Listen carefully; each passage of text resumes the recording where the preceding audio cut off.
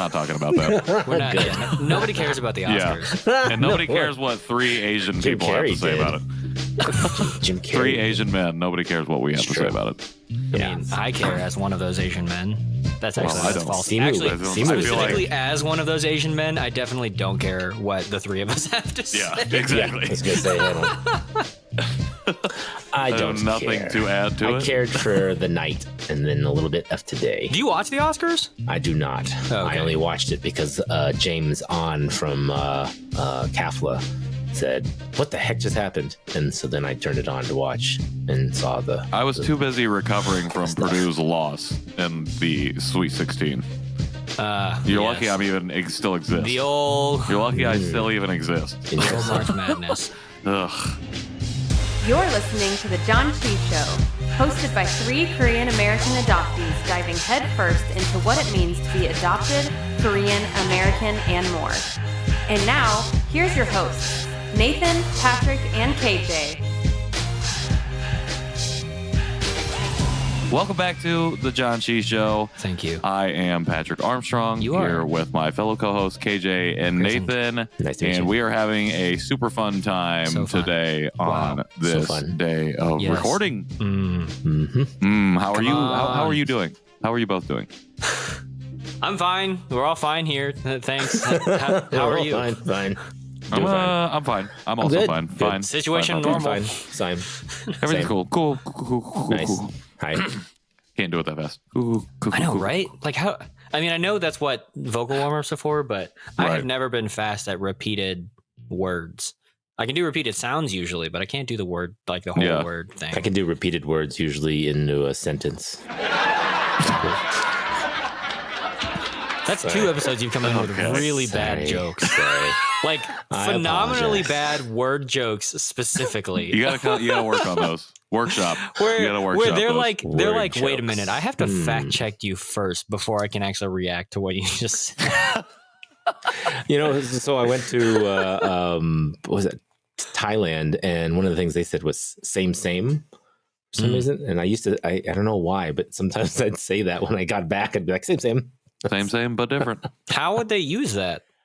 Same. I just, when they're talking about something, if it's similar. So instead of the word similar, like same. Same, but Interesting. different. Yeah. Some people Different, same. Same. Well, similar, but it's the same, but it's different. So some it's similar. people, when I talk with them and they are trying to like affirm their unity with my sentiment, they'll be like, right. Oh, But yeah. they'll Yeah. do it in a way that's like they didn't have a follow up. And so they trail off. And I just find it's a real conversation killer. And I'm like, you're great. Right? I want to keep talking with Right. you. But like, it's like, right. Well, I Well, it's expect like it that. to be followed up with right. their right. own round, actual round, feelings. baby. Right. But they round. actually just are like, end. I'm like, all right. That's Well, it's one of those filler words that's like you ain't respond with when you have not paid attention or only have half paid attention. You're like, you catch a little bit of it and you're like, oh, yeah, right. And then they're like, and then you just got to be like, I don't know what you were saying. no, I'm but sorry. if you go down like that, if you're like, right, then You- it's oh, just right. like you're firmly affirming Sure, I your get it. sentiment with them, your shared sentiment. But they're like, right. Like the up tilt is like, right, I'm gonna add to what you've just said. Like you've thrown me the ball or I've taken it from you gracefully and I'm going to add to it. And they're like, I've taken the ball from you gracefully and I'm just going to hold on to it and then put Right. it away and then put it out. And Stop then, saying right. yeah, it's ridiculous. Anyways, And this is That's been the the Janchi English Show. language. This is the Janchi Show. it's Yes. in the language section of the Janchi Yeah. Show where we explore the English language. We explore the it's English language Just through as the hard to lens of learn an as the adoptee. Korean. Through the lens of Korean adoption and Korean adoptee experiences, through food and drink and laughter and conversation and sometimes tears and also breath control because we are professional podcast hosts. And Professional. We can talk good. We do talk. We talk good. We talk good. What are we talking about today, Speaking of boys? talking and reading, how's your Korean lessons going? It was only that one thing. It was like an Oh. intensive It was a crash 3-hour course. class. Oh, it was a crash. And I thought it was then like a as we weekly es- thing that you were No. doing. No, as we established, Oh. I think it Right. might have been last episode. I Yeah. have not been, I remember 2 episodes ago. I've I do remember not saying, been keeping hearing you that. up with Yeah. the study. Even though I will say, when we did the snack part for Rick's episode, I was like, and then I was referencing my cheat sheet. I was like, okay, I think I'm getting this. So Nice. yeah. Well, it's also motivation. Yeah, today you should also read out the Korean on our drink foreshadow report. No. So maybe in 3. Give me 3 more snacks.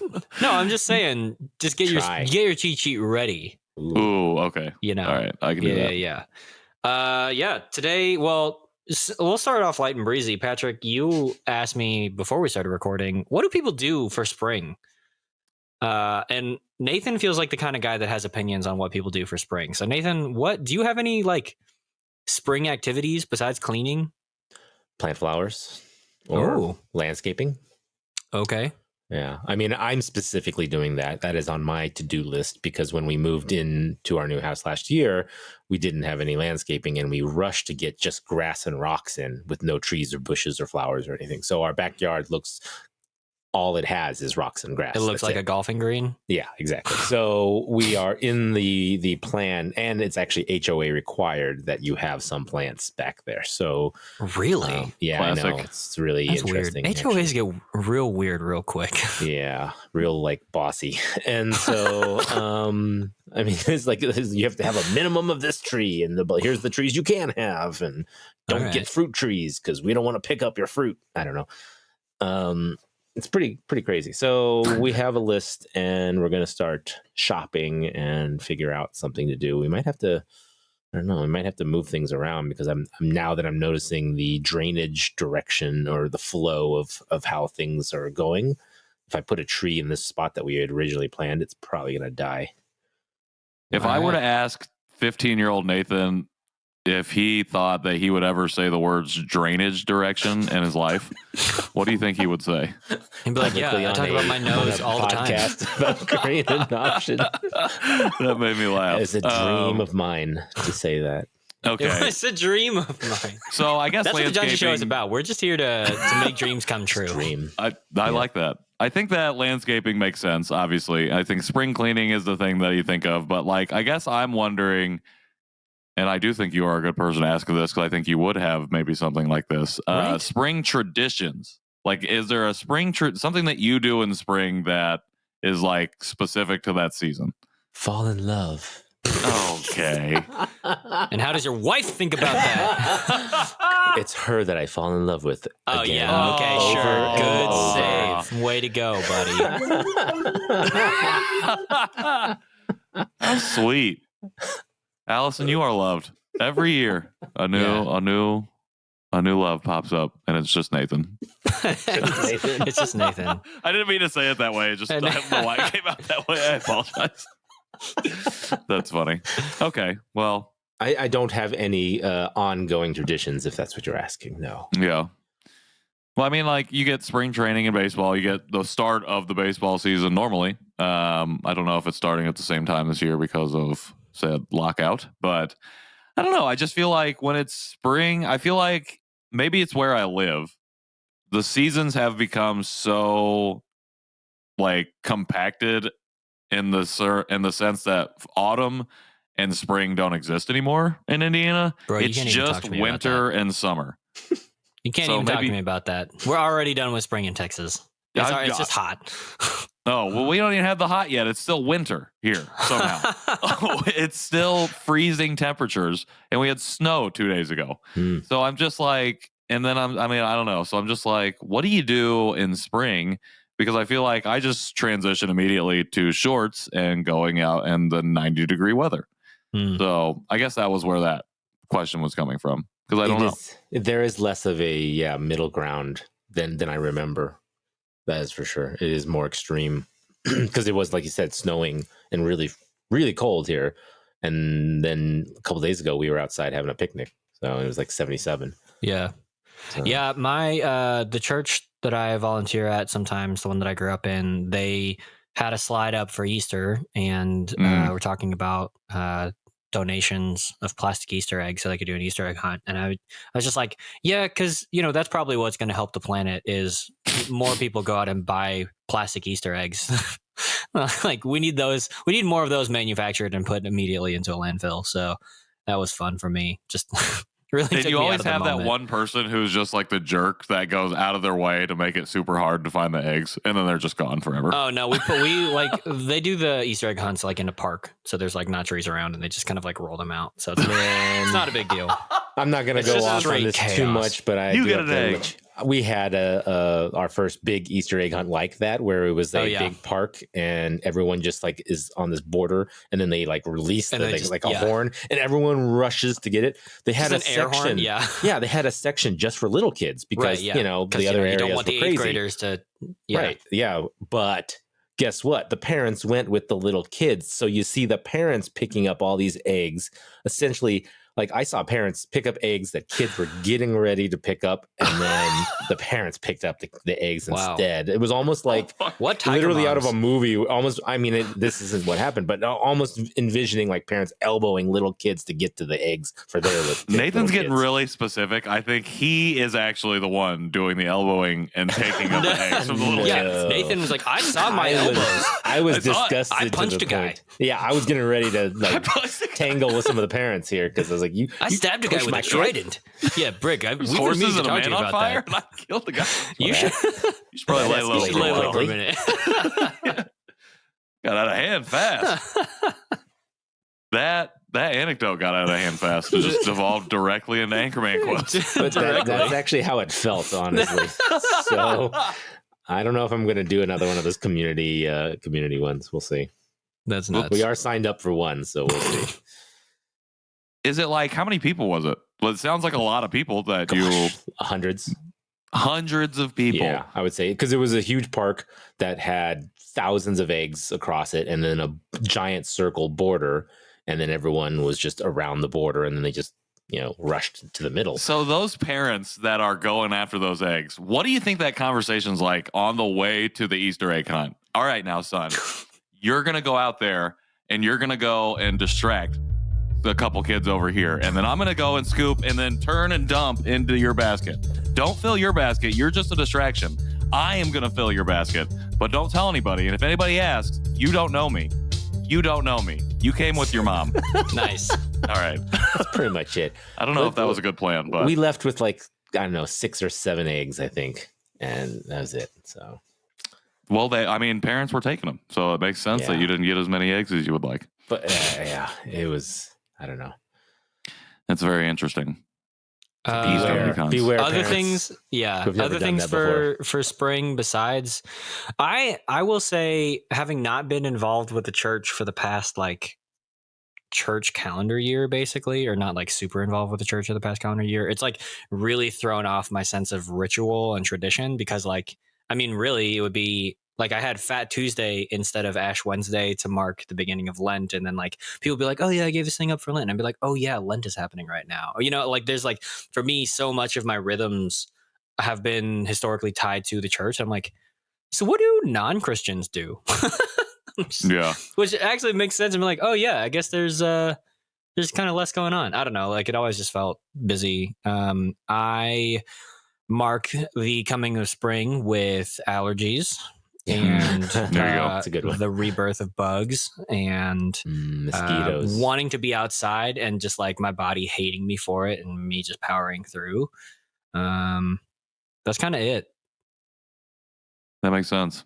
Mhm. That's the thing. I'm here in Indiana where the other day it looked very nice out, very sunny. You go outside, it's like 27 degrees out. It's like, what is happening? It is about to be April. I look at my watch, that's what it says. And it makes me sad, I guess. Because I don't know. I think all of my spring memories are kind of tied to church as well. Mhm. Because I grew up in going to a Catholic grade school, but wasn't Catholic. So wasn't really allowed to participate in any of those things that were happening. But I had to go Right. to them.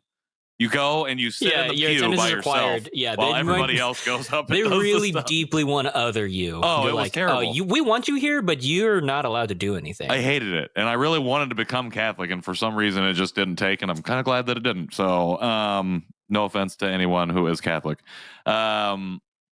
And then we did always do like Easter Sunday celebrations at like one of my aunt and our uncle's houses and do Easter egg hunts. And honestly, we haven't done that in so long that I kind of forgot until you were just talking about it. I'm like, I used to do that. Duh. Like that's what you do in spring is, I guess, is Easter is such a big thing. Yeah. Do you have a big ham? I don't know if we did ham or not. I don't know. We always do ham for some reason. I feel like we went to brunch. Oh.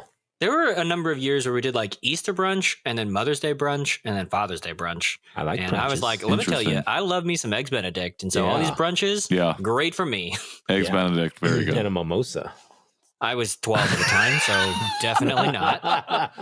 But okay, sorry. Bloody Mary? These days, probably.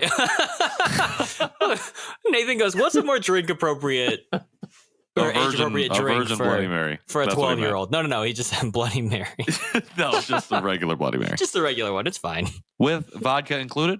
I used to drink the Bloody Marys on airplanes without the vodka, of course, just because it was. Isn't that just salty tomato juice? It is. It was so bad for you if you think about it Gross. now. Yeah. Well, you got to get it where they put all of the additives, all of the extras in, like the bacon and the celery. Get you some 11 that didn't even lime and exist back olives. then. Gross. Yeah, Nobody No, put I do not like bacon Bloody in Marys. Their Bloody Marys. Now I love People Bloody Marys. love bacon in their Bloody Marys. Oh, What are you talking about? I had a BLT Bloody Mary recently, so That sounds not too bad. I guess it sounds better Extra than it tomato. was. It had a tomato, a little piece of lettuce, and a piece of toast. But And a piece of toast? yeah, I know. And a side of mayonnaise. Well, I lived in Chicago. All right. I don't know where we're going right now in this conversation, but when I lived in Chicago, I'm going to add this in. I bartended at a bar, but there was another bar that I would go and eat lunch at whenever I had the opportunity when I was working a double. And that bar served candied bacon on the bar top. Which it was just on the there. bar top? Wow. Yeah, it was awesome. What a I would go different there and world. just eat like 2 cups of it and be like, thanks, guys, and then just leave. I would eat the food too. They had a really good Cobb salad. Freaking fire. I don't even like Cobb salads. Amazing. Having Modern Family flashbacks. Well, other thing that we wanted to talk about that I'm slowly losing as we devolve into Easter madness and whatever Patrick is talking about with candied bacon. Well, it's not your story specifically. It's just like, what a different time, because like community food that just sits out is so doesn't exist. Scary. Yeah. like literally life threatening on some level. And I'm like, oh my gosh, what a different world. Like, cause I remember a couple of restaurants, like steakhouses or whatever, where they would just have like huge barrels of peanuts and you would like eat those and just throw the shells on the ground. I'm like, I can't imagine doing that these days. But yeah, I remember when they at some of the restaurants they had mints, you know, and then at one point it was always just grab some mints, and then they started adding the spoon for safety, you know, and then you could spoon a few mints in your hand. But before like that, unwrapped mints, unwrapped mints. What exactly? Oh, I Are know. those like the little square mints? Like They were like little circular called? mints. Sometimes they were circular chocolate peppermint mints. Unwrapped chocolate Unwrapped. mints? Yeah, Gross. and it was That just like sounds a free unsanitary. for all. But I remember they added the spoon because that was like a sanitary thing. But yeah, think about those things now. What a world, what a life. All right. Well, speaking of nothing, I recently finished the Netflix K-drama called The Uncanny Counter, which is a story. It's like an action Korean show that is about Grim Reapers, which I think is interesting. I don't know why they That's decided cool. to translate it Why as is counters. it plural? What? Grim Reapers. Oh yeah, so the conceit of the show is there's not like it's kind of like a purgatory, but there are people who have passed on. They don't really get into it. Can like send their spirits or connect their spirits to people on Earth, and usually they do it for like people who are in a coma and probably aren't going to make it. And so the people on Earth are tasked with collecting evil spirits and exorcising them from people and sending them so that they can be punished or whatever. So there's like multiple Grim Reapers, but they get like superpowers. So I don't know. So that's the show. And basically, I mean, if you've watched the pilot, you know this is going to happen. So I don't really feel like I'm spoiling anything, but the main character loses his parents in the beginning of the show. And then, spoiler alert, they're reunited at the end of the show. But between those 2 points, the parents are eaten by an evil spirit. So 7 years pass, but like for them, it's like they don't know that what's happened, you know. So their kid, who was 12 at the time, is now 19 or something. Anyways, what happened was this kid works really hard, and the parents are like, "Oh wow, thank you for saving us. We don't know who you are." And then the mom like looks back again and realizes that it's their son, and the son is like, "You don't know me, so I don't feel like I can talk to you, but like I've missed you so much, whatever." And we were talking in maybe at some point, either in real life without the podcast or in a podcast episode. We were talking about the Adam Project and getting teary and whatever. And it reminded me of that episode in the Uncanny Counter. And I was like, man, this is, I don't know. Like, I guess for me, it just reminded me like, it's such a moving thing, you know, because the mom literally says like, do you think a mother wouldn't recognize her own son? Like, how could I not recognize you? Right.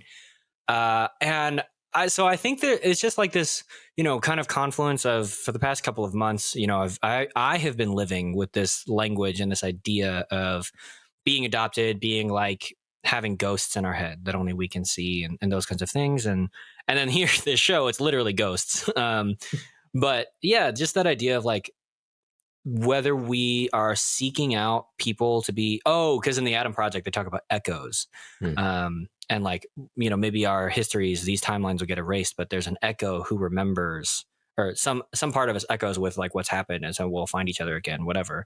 And so there's just been like this whole thing of like, man, that's so romantic and so lovely. And I wonder, I don't know, like I used to really feel like that more about like this yearning for meeting family and being like, oh yeah, this will be so wonderful. But then also like, will they know me? Will there be some level, like some like deeper spiritual connection where we just like see each other, know each other, and be like, oh yeah, family? I don't know. Do y'all think about that? Has that like ever been a thing presently or in the past that's been on your mind?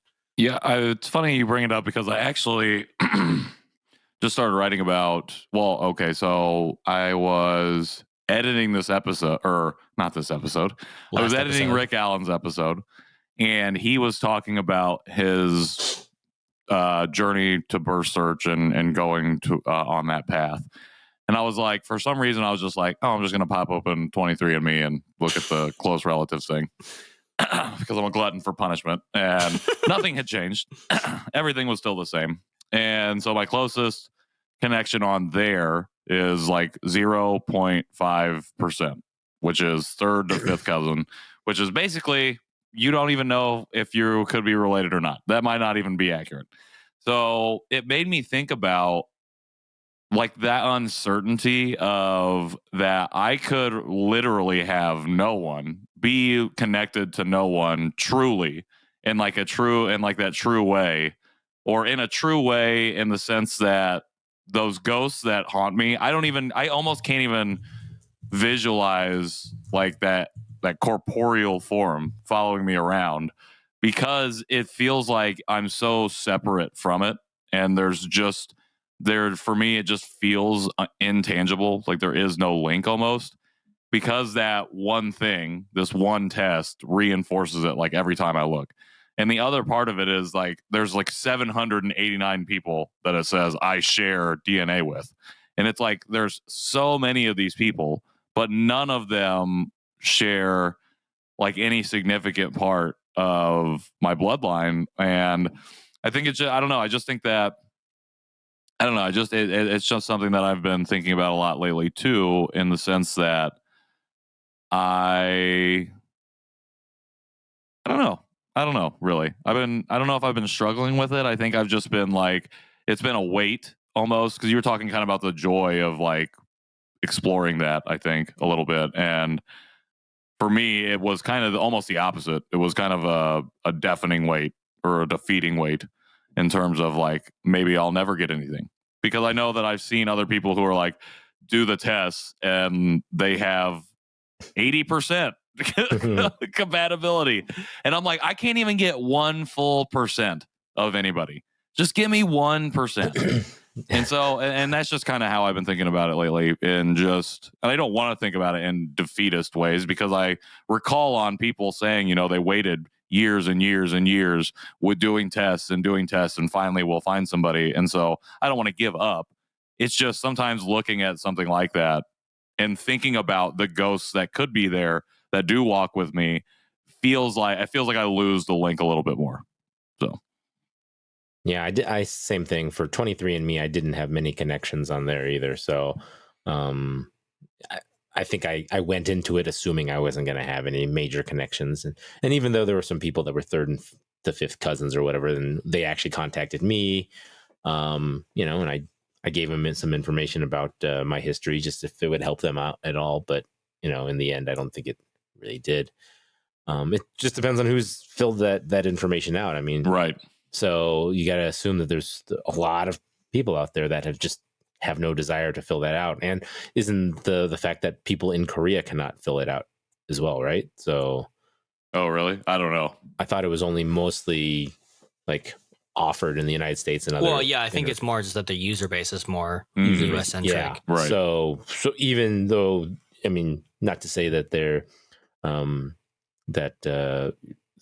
haven't been Koreans who live in Korea do it, but I'm just saying there could be a bloodline still out there That's for true. you. But I think that's like the false promise of these things, these types of things, these resources for adoptees in particular. It's such a long shot. Yeah. But when you look at the marketing, when you look at how they're promoted, it's like, find your family. And it's like, I don't know that that's going to happen. And I feel like that's a promise being made. It's an implicit promise that technically is not a promise, because really it's just like, here's a chance for you to do something, and who knows if it's going to work. Well, and I think it goes back to, how do you define family? That's true. Because a third to fifth cousin is still technically part of your family. Like, That's true. I mean, you think even about like, obviously I know this is a work of fiction, but it still kind of exists and it mirrors real life. Like in Lord of the Rings, the hobbits are all like, oh yeah, this person is my, my fourth cousin, and Right. and she's my great aunt twice removed on my mother's side, and like whatever. And they're like, yeah, family trees and lineages and whatever, and so you're like, well, how then do you define family? And so that's just one of those things. But Nathan, I'm curious, did you, before, because I kind of regularly forget and then remember that you're in reunion with your birth family. So before you were in reunion, did you ever feel like, because I know that you said that your family was like waiting for you, basically. Mm-hmm. Did you ever feel like someone was waiting for you, or was that just like, I don't know, I'm gonna do this because I heard some other adoptees tell their stories, and I'm like, oh yeah, why not?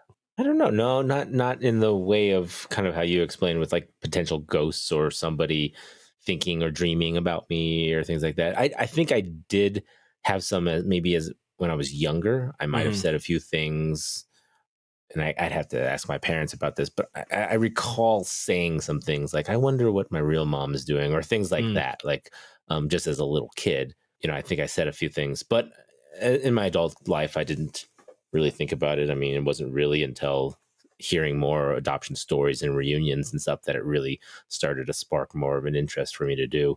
However, if you recall this part, my brother did.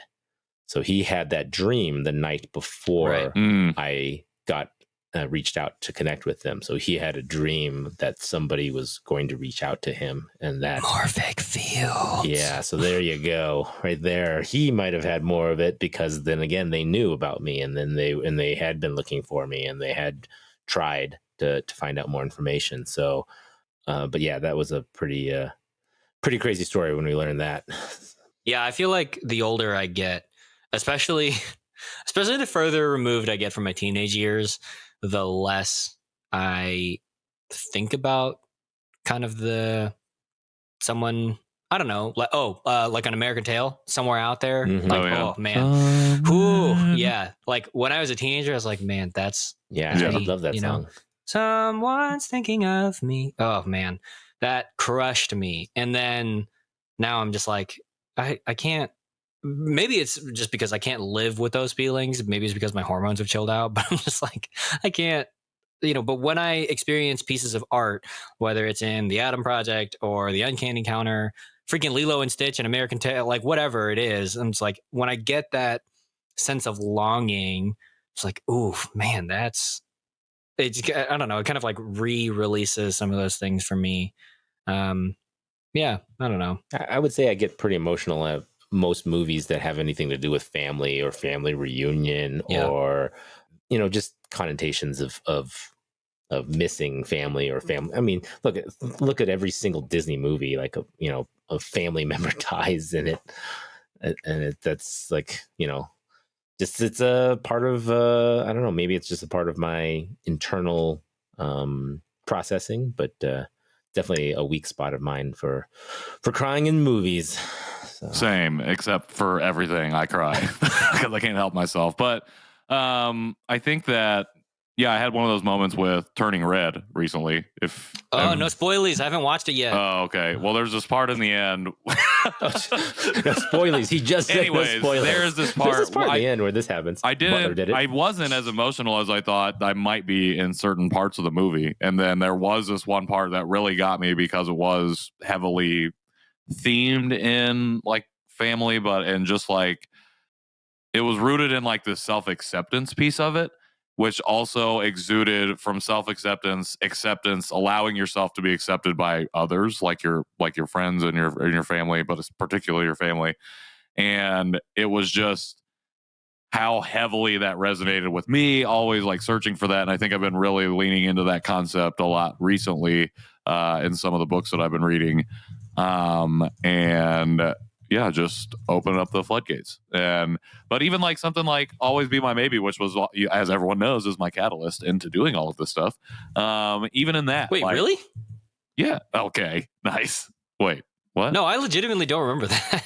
Okay. Yeah. That was the first thing I watched when we moved back to Indianapolis. Emily and I watched that movie, and I think it was in the beginning when they were cooking the food with the scissors and stuff. And I was just like, I remember I turned to Emily and I'm just like, I don't know anything about my culture. I don't know anything. What am I going to leave our kids? And because it's also in the backdrop of like the ongoing violence, like really escalating at that time. And it was just like, I was feeling really like, I don't know, that movie. And it just like that whole movie.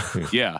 And that whole movie just really like kicked me in my ass because I felt like there was this piece of me that was missing. And I was like, oh, this is the piece I think that might be missing maybe.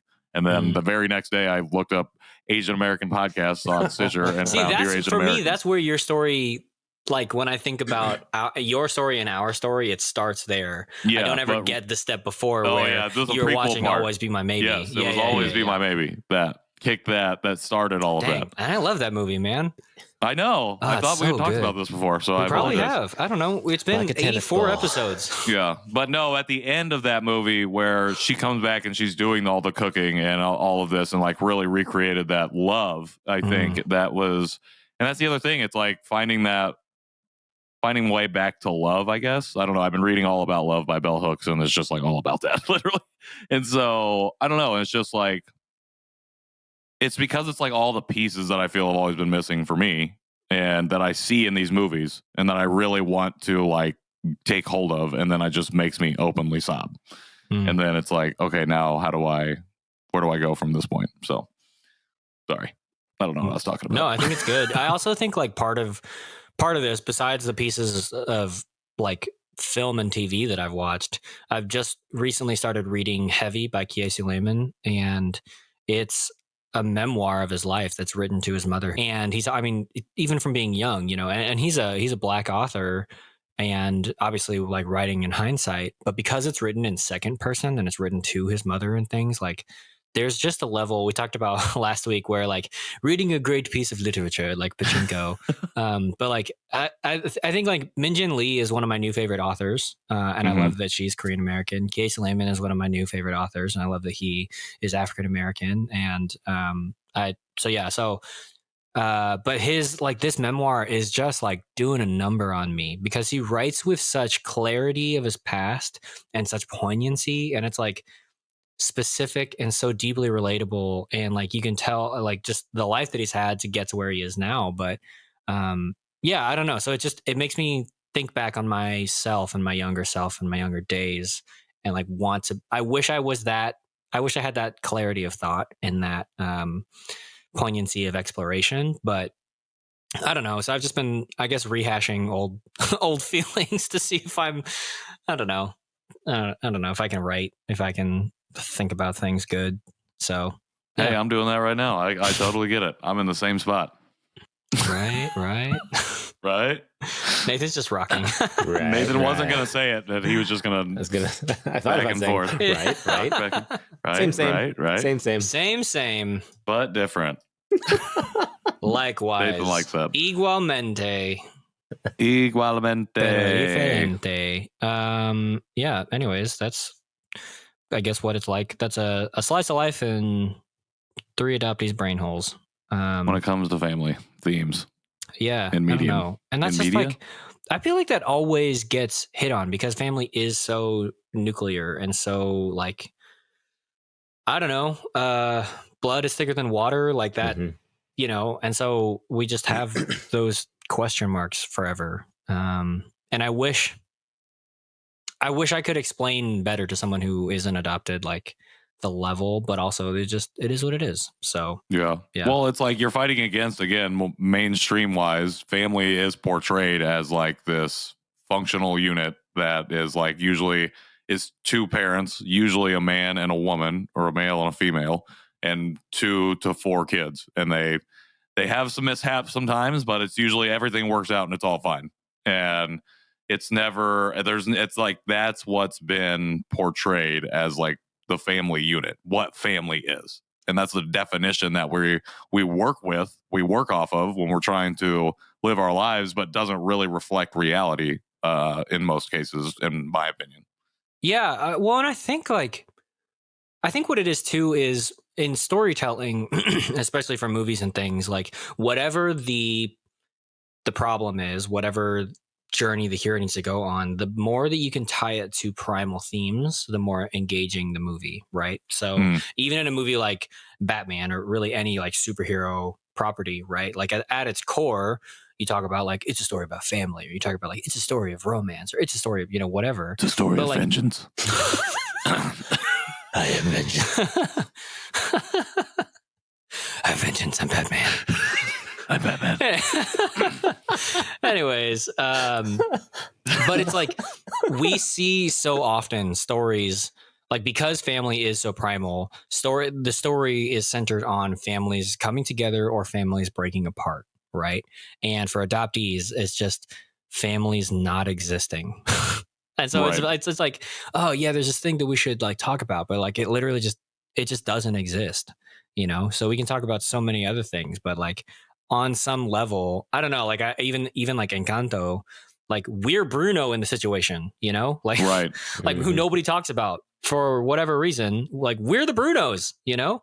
And people make this banger of a song about how we don't talk about us. And so, yeah, I don't know. It's just it's a whole thing. Yeah. So that's where my brain has been at lately. So Never yeah. thought of it that way. About Comparing us being Bruno to Korean adoptees. Yeah. Or the adoption. I mean, for like because I think, I mean, realistically, spoilers for Encanto, Academy Award winning movie Encanto. If you haven't watched it a million times, statute of limitations. yeah, yeah, I think they're good. by fame, yeah.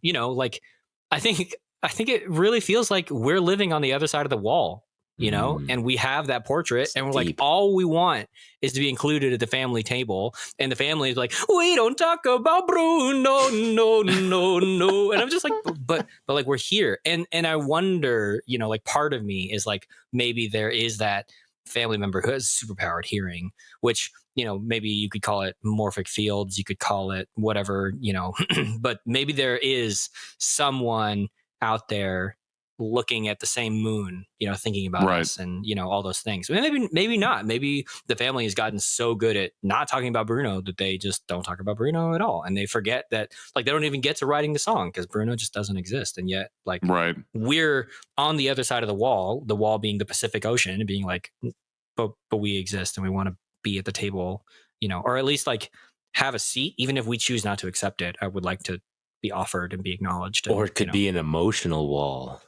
Ooh, emotional wall. I love that metaphor. I think that's a really apt metaphor. And I think for me, the Bruno, the thing that we're not talking about isn't necessarily us, but specifically our identities and adoption itself, like speaking truly about why you were adopted and to really speak truth to like what happened with your family, what culture did you come from, how are we implementing that culture here, how are we not, and those are all of the things that are not being talked about in a lot of cases, specifically in a transracial adoption, but really at any level of adoption. And so yeah, I think that's a great metaphor. I think somebody needs to write something about that. We need to get Katie Ohashi back on here from her villain Disney podcast.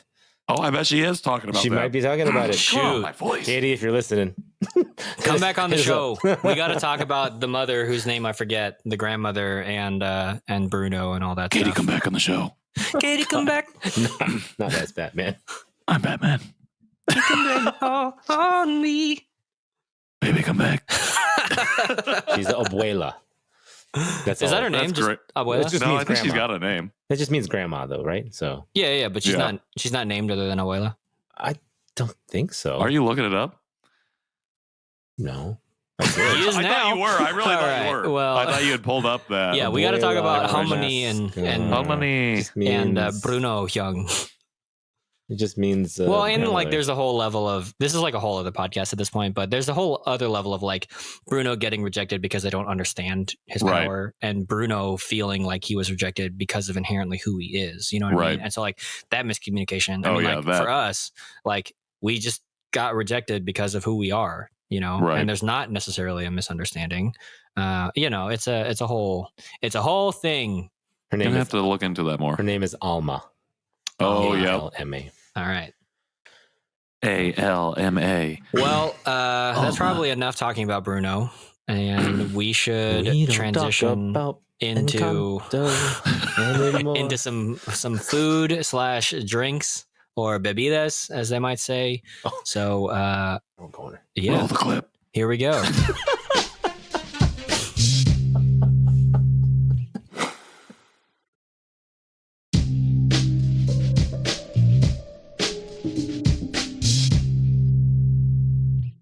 Welcome back to the Janchi Show, as Patrick would like me to say, eating fun, tasty drinking portion.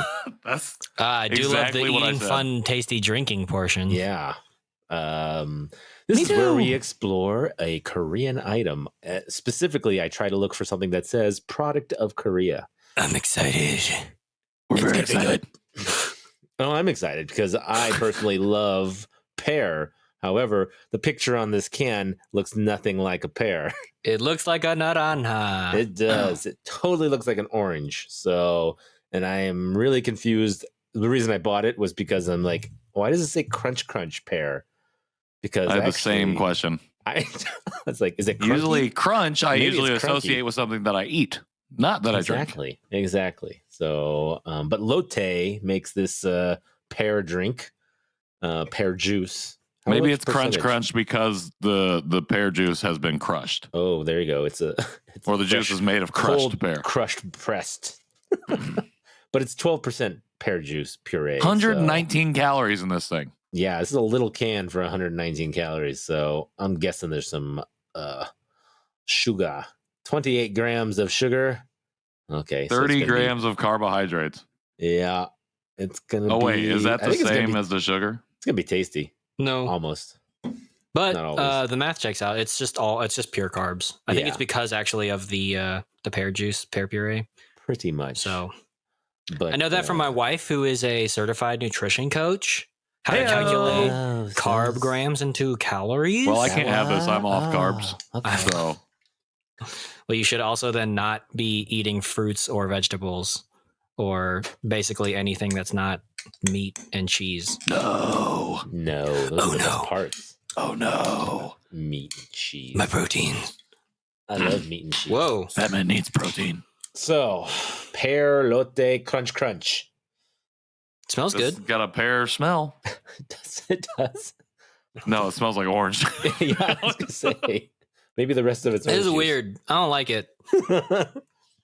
Got that can taste at the end. It tastes Yeah. like the little cups of pear, the fruit cups with the Mm, diced pears. It sure. tastes like the pear juice inside of that, Maybe that's but with a What can, it with a is. metallic can aftertaste. maybe they just whoever doesn't eat that or drink that part. They just poured in the thing, and then now they're serving it to you.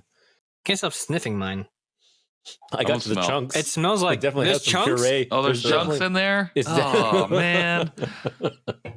If you swish it around, which it does say shake well. Oh, I didn't shake this at all. Frig. They're all at the bottom. Yeah, so swish it around, and then you'll get some pear puree, which, I like pear, and I like pear puree, but my wife does not like the texture of pear, and so she probably would not I like this. peach puree, and we used to use that to make mimosas. Some fancy mimosas. I don't know. The more I'm drinking it, the more I'm thinking this is exactly what I would think a pear juice would taste like. All right, I'm going to chug mine. Yeah, just take a big swig. Get some of that puree in there, too. My can smells like feet, pear which feet? I think is gross. Well, No, it is just crushed feet. pear, so they might have crushed it with their feet to get the juice out. So Great. I did get a lot Thanks of for the that puree, visual. and I thought I would hate it, but I actually don't. The It's puree like- I mean, doesn't it's taste just- bad. if you No, like puree tastes pulpy like pear. juice, Yeah. then it's fine. If you don't like pulp, then get out of here. But Yeah. this is not the product for you. No, I mean, what you said is it tastes like if you had crushed all the pears in the little pear, Del Monte cups or something like that, and then drank it. This is probably what it would taste like. Similar. Yeah. Similar. So definitely sugary. So Definitely some sugar. yeah. My nose is smelling is a little off, so I cannot confirm or deny what KJ is saying. You are sick. Get your So- sniff on. Yeah. My sniff is in a Get little. your sniff on. I'm Thanks. Batman. Thanks. Patman. Either all of that is staying in, or probably Sorry, none I of it just had is. to take a work text. So Oh no, you're all good. apologies. I just meant all the Batman stuff. It's all I hope it stays in. Ugh.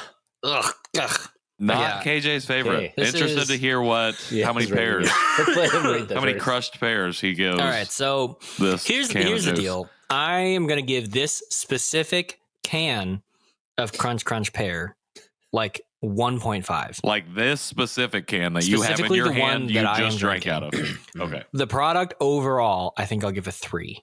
All right. But this is so unpleasant because I feel like I am just drinking. It's like pear Pear juice with essence of stinky feet, Oh God. and it only comes up in the aftertaste, making me and sick. it's awful. But like the I don't wanna flavor, drink it again the now. flavor itself is really good. But I think it's just this can. I don't know. Maybe Nathan rubbed his heels over it or something Yes. before he sent That's how it I over package all my snacks with to your you guys, feet. with my Yeah, feet. because you're busy playing with your He kids. just with your picks hands. them up. You're He like, just. yeah. Yeah, he's a real monkey in that sense. Yeah, so this can is not great. The product is entirely fine. So 1.5 for my can of Okay. Crunch Crunch Pear. Interesting. 3 for the product overall. Ugh, never again. Never again. I'm upset. I'm giving mine a 3 as well overall. I think it's for me, I feel like it's just okay. I don't know if it could be any better than what it is now, but I don't think that it's But it the could worst be thing I've ever had. different. It could be different. Yes, and if it were different, that might affect the rating. But because this is what it is, Mm. Crunch Crunch Pear, I'm going to give it 3 pears. I'll give it a little bit higher, 3.5. I'm not gonna. Oh, so generous of you. I'm a little more generous because I do like pear, and I don't find anything offensive other than thinking about feet and then taking a whiff. How dare you? That's the only because you've said that. I now think that when I smell it. And honestly, there's a lot of things. If you smell, they don't really smell as good as they taste. I mean, have you? That's not true. Do you really smell broccoli? Because broccoli smells horrible What are sometimes. you talking about? If you cook it right, it smells good. I don't know. Sometimes it smells bad, but Yeah. Yeah, I do know it. it's Sometimes only it does smell smelled bad. bad from me. It's only smelled bad since I've moved into this apartment and started using this oven. Interesting. So Okay. I Less don't know. ventilation in your kitchen. I don't know, There you man. go. But same thing. So this, I'm not gonna be sniffing the can every sip I take. So it Well, tastes for me, it's good. unavoidable, sir. It tastes. You don't good. pinch your nose when you take a I drink? no, I Yeah. smell it in my mouth on the I exhale. smell it in my Oh, mouth. yeah. Okay. Okay. All right. Right. So yeah, 3.5 just because I like pear and it's tasty, but yeah, probably 12% pear juice isn't really going to make me buy it again. You know what though? It would make a really good popsicle. Oh, you think? Mm. Yeah. Pear popsicle. I think if you had were a to pear flavored popsicle. just do like the tiny ones, you know, like the Sure. old school, like stick it into an ice cube tray with the toothpick or whatever. But like, I think it'd be a good popsicle. So like, or if you wanted to potentially use it to make ice and then like have it as like a mixer with something else. I don't know. I don't know what you would mix it with, but like that could be Breezy. good. Yeah, something like that. Like that could be I good. saw a machine that but- does that just automatically spins while you put the liquid in it. It makes like a slushy. Oh, interesting. Yeah. I love slushies. So if anyone out there has The one of those, go Batman. try it. The Make Batman loves a slushies. pear foot popsicle and let us know how it is. A pear foot Gross. popsicle. All right.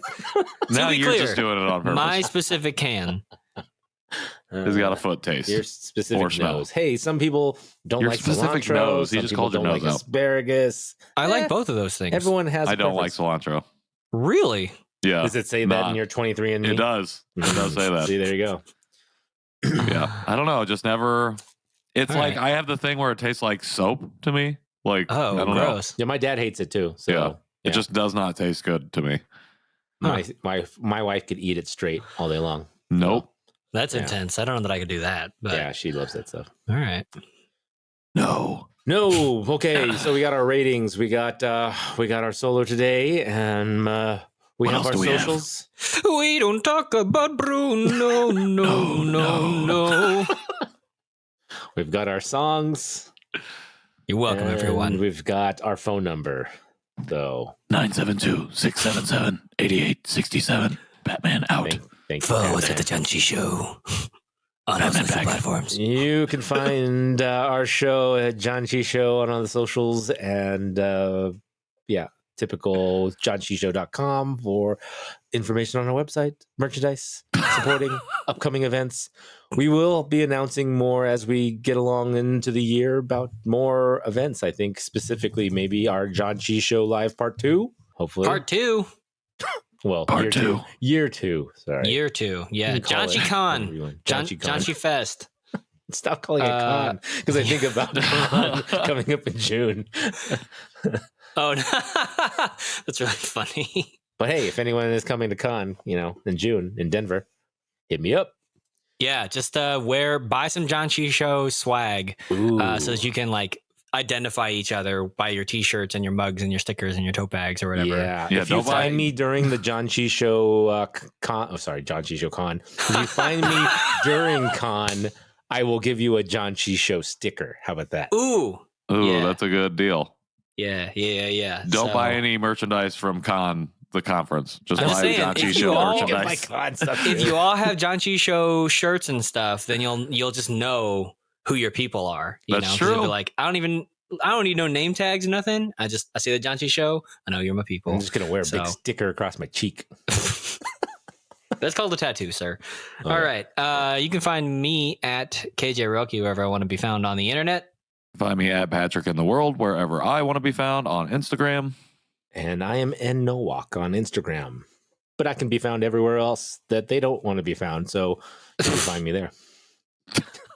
Interesting. Okay.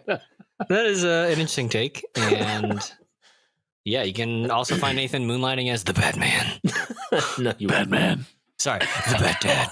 The Bat Dad, maybe. Yeah, that is it for our show. Until next week, Janchi Heyo. Heyo. I'm vengeance. Why are you Mario? Heyo. Yikes. Okay, bye.